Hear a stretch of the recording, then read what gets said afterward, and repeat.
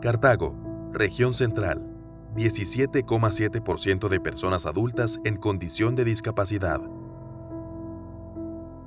Más del 80% de las personas con discapacidad encuestadas de 137 países declaró que no ha participado en la gestión comunitaria de desastres ni en procesos de reducción de riesgos actualmente en vigor en sus comunidades. 7 de cada 10 personas en condición de discapacidad no tienen un plan de preparación personal ante una emergencia o desastre, lo que significa que no saben cómo autoprotegerse o poner su vida a salvo. A lo largo de mi vida he vivido 2 situaciones de emergencia.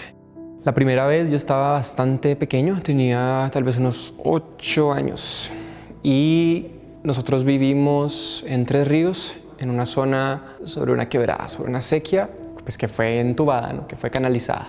En algún momento pues, se acumuló basura, ¿no? Que la gente tira y nada, una cabeza de agua no fue soportada por el canal del entubamiento y se salió, es decir, inundó los patios de mi casa y de muchas otras. Todo esto pasó como más o menos a las 2 de la mañana. Yo no entendía realmente qué pasaba, entonces ese olor a barro y yo no sabía qué hacer, la impotencia era muy grande, no sabía si mi familia estaba completa, ¿verdad? Porque todo el mundo está en lo suyo y ¿quién le va a estar respondiendo preguntas a un chiquillo de 8 años? La segunda vez yo ya estaba en tercer año de la universidad. Eso estamos hablando de 2016, yo tenía ya 20 años. En ese momento estábamos en la Reserva Forestal de San Ramón de la UCR. Cuando salimos a una gira de campo, íbamos sobre el cauce del río, lo cruzamos para seguir subiendo hacia una zona más alta y bueno, empezó a llover mucho. Hicimos el trabajo que teníamos que hacer y cuando regresamos y teníamos que cruzar el río no se podía, es decir, el caudal pasó de ser un caudal que me llegaba por debajo de las rodillas a un caudal que me pasaba tal vez por encima de la cintura. Estamos hablando de 1 metro y algo. Pero fue muy distinto. Primero porque tenía una red de personas importante. Tenía gente de mi edad a la que le podía preguntar qué estaba pasando. Había alguien a cargo y teníamos instrucciones de qué hacer en esos momentos. De las situaciones de emergencia que he vivido he aprendido varias cosas y también de otras que me ha tocado ir conociendo en el camino, y es que las personas con discapacidad tenemos que ser parte de la situación. Muchísimas veces se cree que lo más sencillo es educar a todo el resto de personas para que sepan qué hacer con las personas con discapacidad. Y uno llega a sentirse totalmente inútil, totalmente una carga. En la Universidad de Costa Rica también hemos tratado de implementar un nuevo protocolo de atención a la emergencia para personas con discapacidad, en los cuales lo más difícil de enseñarle a la gente cuando las capacitamos con estas cosas es que primero pregunten, ¿verdad? Porque entonces dicen, ¿y qué hago cuando es una persona ciega? ¿Y qué hago cuando es una persona con silla de ruedas? ¿Cuál es el primer paso? El primer paso es preguntar, no, pero es que hay que salvarla, no, pero es que usted tiene que preguntarle a la persona cómo le sirve, qué es lo que ella puede hacer. Hay retos muy importantes en la cuestión de la participación de personas con discapacidad en la atención de las emergencias. No es lo mismo llegar a exigirle a nuestra comunidad que tenga un plan accesible de emergencias, sino que más bien podemos involucrarnos en la planificación de la atención de las emergencias para que como personas con discapacidad seamos escuchadas en esos espacios. Lo ideal es que las personas con discapacidad y con diferentes tipos de discapacidad puedan sumarse a todo lo que son preparativos, por ejemplo, los sistemas de alerta temprana, la creación de protocolos de emergencia, de planes de emergencia, ya sean en los hogares, en las iglesias, en el pueblo, el centro del pueblo, etc. ¿Por qué? Porque la persona con discapacidad tiene un conocimiento experto que le viene de su vivencia que ninguna otra persona tiene.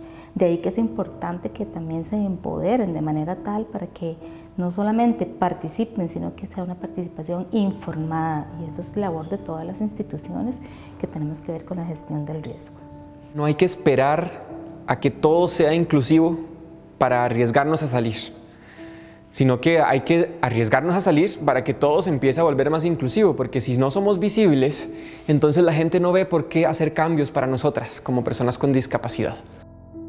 La concepción sobre las personas con discapacidad es que nosotros debemos propiciar las herramientas que ellos requieran y en el 90% de las ocasiones esas herramientas las tienen ellos mismos, pero por un ambiente que los ha sobreprotegido, que les ha dicho desde la infancia no, entonces no las han podido desarrollar. Yo pienso que Henry Martínez es un joven con sueños, igual que yo. Es una persona que lucha para que primero lo conozcan a él y no a su discapacidad. Es una persona sumamente esforzada y luchadora, resiliente, que no ha permitido que estas barreras de la sociedad empobrezcan este proceso de la inclusión, sino que él ha decidido luchar e ir rompiéndolo por él mismo, pero con un secreto muy importante, y es el trabajo colaborativo, la lucha colectiva, que es la mentalidad que tenemos que adaptar todos. La discapacidad se genera por las barreras de la sociedad, y cuando la sociedad elimina estas barreras, deja de existir este tipo de discapacidad. Es un hecho que la persona va a tener una condición que va a llevar consigo mismo toda su vida, pero su vida va a tener calidad, va a tener inclusión si la sociedad verdaderamente propone acciones concretas que eliminen estas barreras. La inclusión es una cultura, es una mentalidad, es una forma de vida, y hay que adaptarse a eso.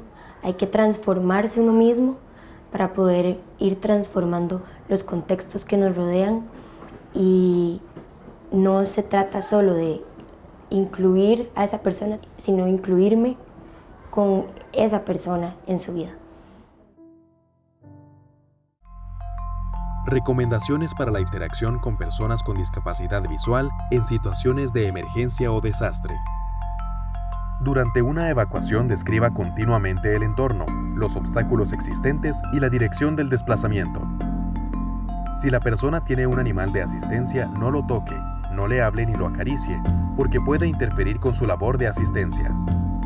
Si la persona utiliza bastón, no lo toque ni camine del lado en que la persona lo usa, colóquese al lado opuesto.